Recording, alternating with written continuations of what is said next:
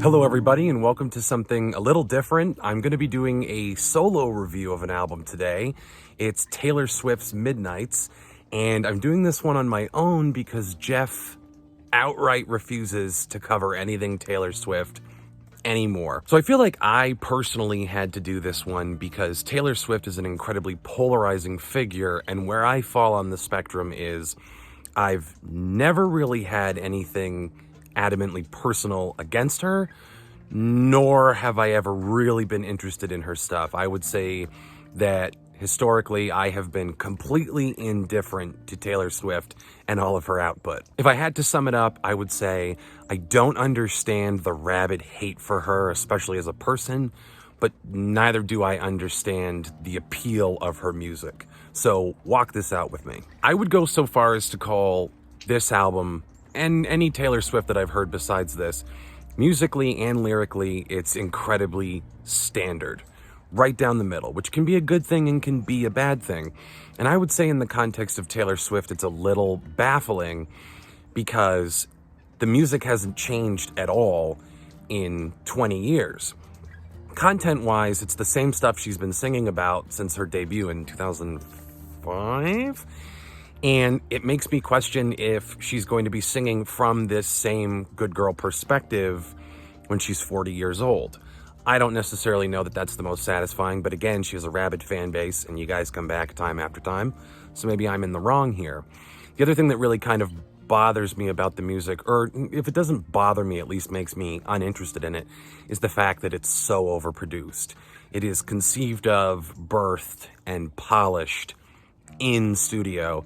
And I hate that. You got to give me a couple live instruments. And if you're not going to do that, you have to use the studio as an instrument and not an incubation chamber, which is kind of how all of the choices felt on this album. I've identified that her music tends to have two modes as far as her persona. There is the good girl who's been wronged, and then there is the femme fatale who's gone bad.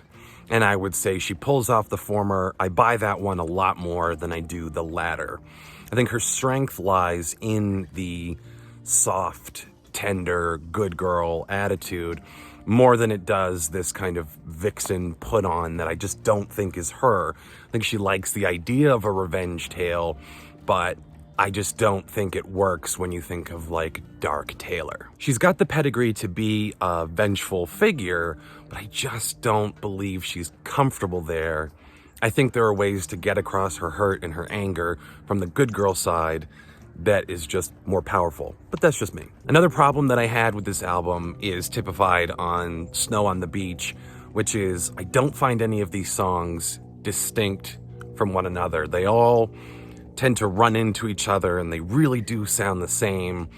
Lyrically, musically, from production standpoint, I just don't have anything that stands out head and shoulders above the rest. And that applies to everything from the middle of the road, like something like Vigilante, to flat boring, which is Snow on the Beach. There's an outright laziness almost to Snow on the Beach where I think it wants to be dreamy and it wants to be stripped back, but it's not really achieving either of those things. It feels like kind of a cop-out.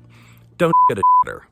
I know when you're trying and I know when you're phoning it in, and this feels like a song that got mailed in. I will give something like Maroon credit, because that's a song that relied heavily on imagery, and imagery that I can access. I don't need to be a Taylor Swift fan or a woman or anything else to understand what she's talking about here.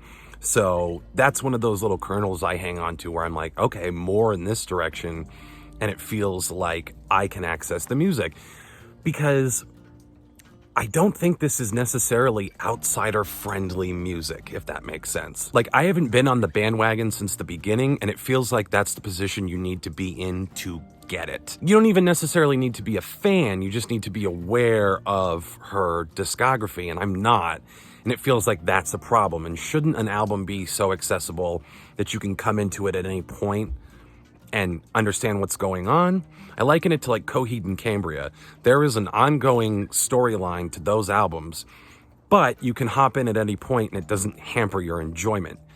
It can be enhanced if you know what's going on, the start of the Amory Wars storyline, but you won't totally hate it if you jump in the middle somewhere.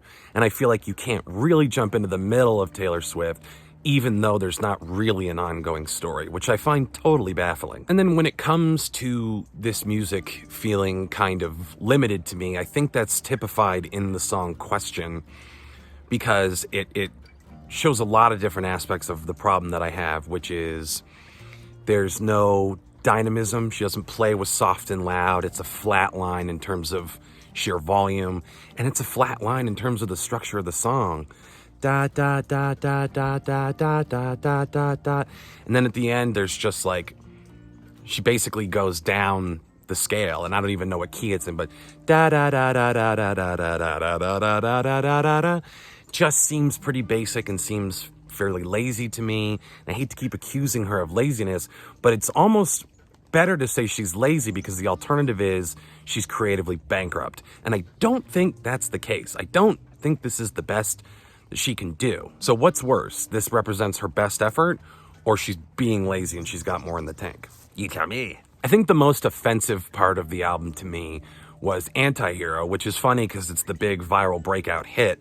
That song actively pissed me off, because lyrically, it is some of the laziest I've ever heard. This is what I accuse Dave Grohl of doing all the time. We're just sitting there and writing this with your rhyming dictionary and your thesaurus. I hate that. To wit, I should not be left to my own devices. They come with prices and vices, and I end up in crisis. I wake up screaming from dreaming. One day I'll watch you as you're leaving because you got tired of my scheming. That's boring. That's low-hanging fruit. And I don't need something on the level of Bob Dylan's Masters of War, but I need a little something more than Girls' Live Journal circa 2004. So this was the real low point of the album for me, which again is hilarious because this was the big breakout single. And I think the thesis of the whole album, or at least my reaction to it, comes in the line on this song, I get older but never wiser, which to me demonstrates the fact that I don't think Taylor Swift is super interested in changing. And your mileage may vary with that. Some people, if it ain't broke, don't fix it. And some people thrive on reinvention. I just don't think Taylor Swift is one of those people that's really interested in reinvention. But then again, if you have, ticketing software crashing because people can't wait to get to your shows, and that's been consistent for 20 years, I guess if it ain't broke, don't fix it. Another feature I've noticed about this is the Easter egg aspect, where a lot of people are combing through what they see as like hidden meaning and codes in her songs. It seems like you can interpret a lot in these songs based on what you know about her personal life, but again, that's a barrier to my enjoyment and my understanding because I know nothing about her personal life. I stay away from that. I hate sordid tabloid drama. I want nothing to do with it, and I shouldn't have to participate in it in order to enjoy an album. And her seems especially wild from what I have gathered just through pop culture osmosis. It really seems like this girl has walked through hell with gasoline-soaked britches. I give her that credit. The music's not for me, but again, I've never been against her as a human being. In fact, I'm pro Taylor Swift as a human being because of everything she's went through. You start off, I think she was in high school when she recorded her first album. You start off as a young woman trying to come of age in a notoriously predatory industry that just wants to turn you into a commodity. So you don't really get to grow up the way the rest of us got to grow up. You get accused of being, a crazy woman and a serial dater because you're doing what the rest of us do just in the public eye. We all date, we all up, but we don't have millions and millions of people seeing it on the internet or journalists writing about it for clicks. We have the privilege of living anonymously. Then there's the Scooter Braun of it all, and as far as I'm concerned, that guy can burn in hell, because what he did to her, that music is her intellectual property. Whether you like it or you don't, it's hers. And for him to steal that from her to make a buck and to screw her over is cruel and unusual, so f*** him and feed him fish heads. Good on her for re-recording all the albums that she wound up losing the rights to in order to gain those rights back. She shouldn't have to do that, but I really admire the work ethic. So on the podcast, we usually give albums a stream it or skip it recommendation, and I can't give this a stream it, but it comes with the caveat that I don't think it's awful. It's just categorically not for me. Taylor Swift, I think I can say, is not for me, and this is going to be the parting shot. I think this is where my journey ends with trying to understand and like Taylor Swift, because it's not going to get any different. I have listened to a lot of bad albums that have made an impression on me. And I don't think Taylor Swift or Midnights falls into the category of so bad it's good or so bad it's memorable or really, really exceptional. It's just not for me. I have this outsider perspective. And again, I think that phenomenon is weird, where if you're on the outside looking in, it doesn't really welcome you in. And she has been through some really intense that could have led to a paradigm shift in her sound, but I just don't think she's interested in it. And that's a shame, because it's her prerogative if she doesn't want to change her sound or write about things that are informed by these experiences. It just feels like she's only willing to scratch the surface for someone who is hailed by her fans as being like very vulnerable and sharing a lot of herself. I didn't get that.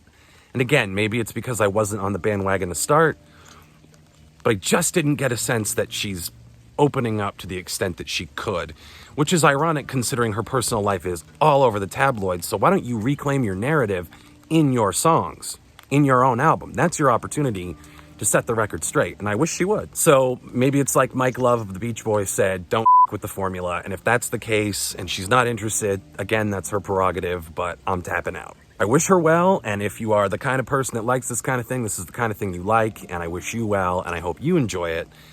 And in the meantime, feel free to fire back in the comments, but that's my story and I'm sticking to it. So until next time, thanks for watching.